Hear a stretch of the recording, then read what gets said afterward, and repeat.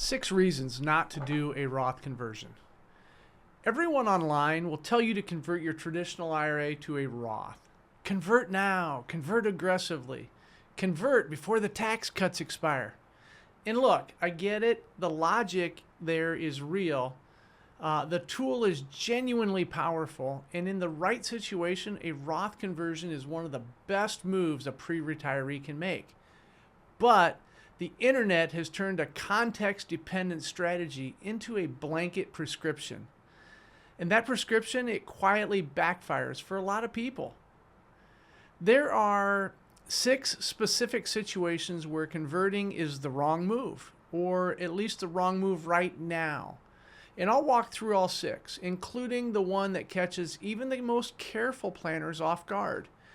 But before we get to the back of half of that list, I want to show you the single question that should sit in front of all of them, because without it, the whole framework just falls apart.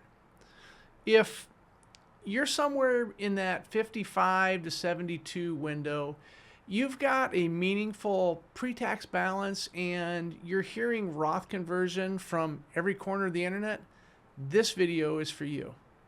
I'm Mike Dunlop, a certified financial planner, an Air Force veteran, and co-founder of Ignite Financial in Cedar Falls, Iowa. We built the firm flat fee and fee only on purpose. No commissions, no percentage of your nest egg, and no sales pitch. I was trained as an accountant, so I'm conservative with the numbers and a little obsessed with not leaving Uncle Sam a tip. But mostly, I've got the heart of a teacher. If you don't understand what we're doing, we haven't done our job. The one question that decides everything a Roth conversion is a bet. A specific dollar-denominated bet that goes like this. If you pay tax today at your current rate in exchange for never paying tax on that money again. The bet pays off when your future tax rate is higher than your tax rate today. It loses when it isn't. So, before any of the 6 reasons even matter, you have to answer this one question honestly. Is my tax rate in retirement realistically going to be higher than it is right now? Not hypothetically, not government might raise rates someday. Your actual income picture, your actual bracket, and your actual sources of cash flow when required minimum distributions start at either 73 or 75. If the answer is clearly yes, conversion probably makes sense. If the answer is no, or even maybe, converting just prepays a bill you would have had paid at the same rate anyway. And that's really not a win. It's just moving money around and writing a check to the IRS today instead of tomorrow. Keep that bet in your head as we go through the list. Every one of the 6 reasons is a condition that either breaks the bet entirely or it changes the odds enough that it stops making sense to pull the trigger on the conversion. Reason number 1, your future tax bracket is already in the same neighborhood. The first reason not to convert is really the most straightforward and the one that gets skipped the most. Your tax bracket in retirement is probably going to be about the same as it is right now. And a lot of people think retirement automatically means a lower tax bracket. Sometimes it does, but take someone who retires at 65 with a pension, Social Security income, and a $600,000 IRA that starts throwing off required minimum distributions at 73 or 75. When you add those 3 income streams together, the taxable income picture in retirement is often not that different from what they had in their working years. In some cases, it's even higher. So, let's say you're in the 22% federal bracket right now. And when we run your retirement income projection, it shows you landing in the 22% bracket at 75 too. Converting today costs you 22 cents on every dollar moved. Deferring costs you 22 cents on every dollar pulled out later. The math, it's a wash, except that if you convert today, you write that check now, with dollars you could have let compound inside the account instead. The tax tail should not wag the dog. Before you convert a single dollar, run the projection. If the brackets match, that urgency, it just disappears. Reason number 2, the other income is already filling your bracket. The second reason that trips up a lot of folks who are still working part-time, collecting a pension or drawing Social Security while they're thinking about converting, the conversion dollars don't get their own bracket. They stack on top of every other dollar of income you're already earning. Picture someone I'll call Jim. He's 64, retired from teaching, and collecting $28,000 in annual pension. He picks up $18,000 a year doing some consulting. He's married, and together with his wife, they're taking the standard deduction, and that's $32,200 a year in 2026. That puts their taxable income at roughly $13,800 before any conversion, well inside that 12% bracket. Sounds like a great time to convert, right? But Jim wants to move $80,000 from his traditional IRA. Stack that on top, and his taxable income jumps to $93,800. That's solidly inside that 22% bracket for married filers in 2026. And that starts at $100,800 in taxable income. And a chunk of that converts his at 22 cents on the dollar instead of the 12 he was counting on.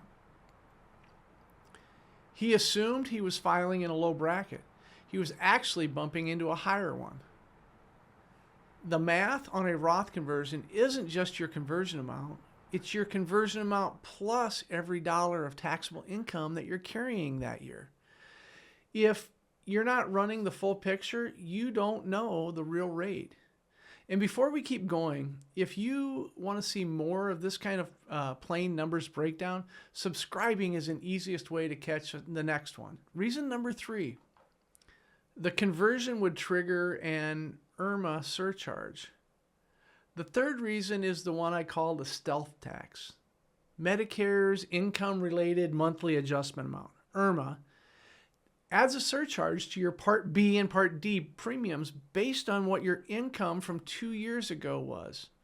And in 2026, that first trigger for the surcharge sits at $109,000 of modified adjusted gross income. And that's for a single filer, or $218,000 for a married couple filing jointly. And here's the part that bites people. IRMA isn't a gradual fade in. It's a cliff. Cross that threshold by $1 and every dollar of your Medicare premium jumps. For a single filer in 26, crossing from 109,000 to anywhere between 109,000 and 137,000, that adds $81.20 a month to Part B surcharges alone per person. That's nearly $1,000 a year in extra Medicare cost, triggered by a conversion decision you did 2 years earlier, and probably did that without even having Medicare in mind. For a married couple where both spouses are on Medicare, the surcharge applies to each of them. And so a conversion that crosses the $218,000 joint threshold, it could cost that household close to $2,000 in extra annual premiums. And that doesn't go away after 1 year. Medicare will reevaluate the following year based on your income in the next tax year too. That's a real cost that has to go into the math before you decide on how much to convert. I've seen well-intentioned conversations that made obvious sense on a simple bracket comparison completely fall apart once the IRMA was hit and included. Reason number 4, your planning horizon is shorter than break even. Remember the bet from the beginning? The Roth bet that has a break-even point to it. You pay tax now, the money grows tax-free, and at some point, the tax-free growth has repaid the upfront cost. That break even genuinely lands somewhere in the 8 to 12 year range, depending on your assumptions. Sometimes sooner, sometimes longer. If your planning horizon is shorter than the break even, the math never catches up. And I want to say this plainly because people don't always hear it said plainly. If your health is a real variable, if you have a condition, a family history, or a life expectancy that's meaningfully shorter than the population average, the Roth conversion math changes significantly. You might pay the tax, get 5 good years of tax-free growth, and never reach that crossover point where the conversion paid off for you. That doesn't mean you don't plan carefully. It means the plan changes shape. In shorter horizon situation, keeping the money in a traditional IRA and managing distributions thoughtfully, spending it down in a low income year, maybe directing some of it to charity through a qualified charitable distribution, that often beats a large conversion that requires paying a big tax bill for a benefit you won't live to fully collect. The right plan is built around your actual situation, not a general rule. Reason 5, the money is already earmarked for charity. The 5th reason is one that comes up more often than you'd think once people start thinking really serious about their legacy and their giving. If a portion of your traditional IRA balance is money that you're planning to leave to charity, a church, a foundation, or a cause that you care about, converting that tax bucket to a Roth is almost always the wrong move. And the reason is simple. Charities, they don't pay income tax. When you leave a traditional IRA directly to a qualified charity, that charity receives the full value tax-free because they're tax exempt. So the IRS never touches it. And so the problem of pre-tax money that somebody eventually has to pay a deferred tax doesn't exist when the recipient is tax exempt. Convert that same bucket to a Roth first, and you've paid ordinary income tax on every dollar for a benefit the charity was going to get for free anyway. That is the definition of leaving Uncle Sam a tip. The better tool for charitable bucket is the qualified charitable distribution, or you might have heard it as a QCD. Once you're 70 and a half, the IRS allows you to send money directly from your traditional individual retirement account to a qualified charity, up to $111,000 per person in the year 2026. And that transfer, it never shows up in your taxable income. It satisfies your required minimum distribution, and it goes straight to the charity with zero tax taken out. For any dollar you're planning to give away, a QCD out of a traditional IRA beats a Roth conversion every time. Charitable bucket stays traditional. That's the move. Reason number 6, a volatile portfolio means a big tax bill at the worst possible time. The 6th reason is the one that's easy to overlook when the market's been calm and portfolios look healthy on paper. When you convert pre-tax money to a Roth, you owe income tax on that conversion amount in the year that it happens. That tax bill is real and it's due, usually paid from either a cash or a taxable account. And because paying it from the IRA itself defeats part of that whole purpose, so you don't want to do that. Now, layer in a volatile portfolio. If your investments are concentrated in assets that can really swing hard, and a lot of pre-retirees are still carrying equity-heavy allocations into their 60s, you're taking on 2 risks at the same time. You're writing a large check to the IRS, and you're exposed to a potential market downturn in the same year. A 20% portfolio drop really doesn't reduce your tax bill on the conversion. The IRS gets paid on what you converted, regardless of what the account is worth in December.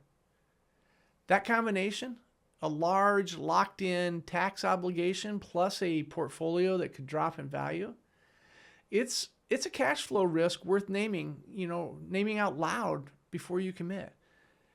It doesn't mean that you don't convert. It means the right time to run significant conversion is when you have stable, accessible cash to cover that tax without touching the IRA. And when your overall portfolio isn't sitting in a concentration risk that makes a bad sequence of return risk a real possibility for you. So control what you can control, and don't add a forced tax event on top of a year that the market might not cooperate with you. So those are the 6 reasons to pump the brakes on a Roth conversion. Your bracket now and later are already close. Other income is stacking into the conversion. IRMA surcharges are waiting on the other side of the threshold. Your planning horizon is shorter than the break even. That money is headed to charity anyway, or a volatile portfolio makes that big tax event a cash flow risk. Any one of those can flip the math in more than one in the same year, and it's not even close. So if you want to run your actual numbers against the checklist, your income, your bracket, your Medicare picture, your planning horizon, that's exactly the kind of conversations that we have in an intro meeting at Ignite. No obligation, no sales pitch. Book your intro meeting now and through the link in the description. And let's figure out whether converting makes sense for you or whether there's a smarter move. Thanks for watching. We'll see you in the next one.